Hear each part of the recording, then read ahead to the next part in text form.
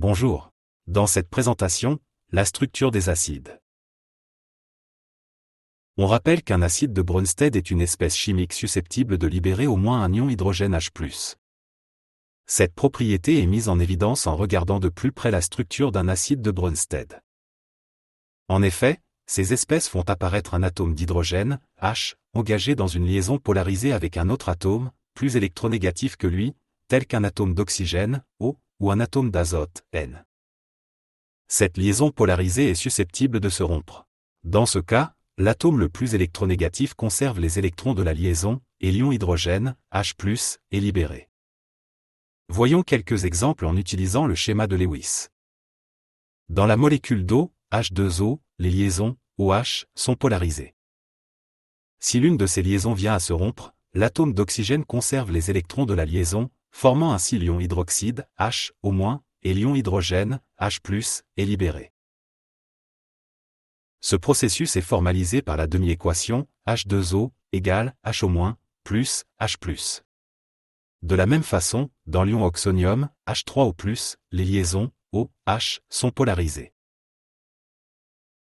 Si l'une de ces liaisons vient à se rompre, l'atome d'oxygène conserve les électrons de la liaison, formant ainsi la molécule d'eau, et l'ion hydrogène, H+, est libéré. La demi-équation associée s'écrit, H3O+, égale, H2O, plus, H+. Dans un acide carboxylique, RCO, OH, la liaison, OH, est polarisée. Si cette liaison vient à se rompre, l'atome d'oxygène conserve les électrons de la liaison, formant un ion carboxylate, RCO, au-, et l'ion hydrogène, H+, est libéré.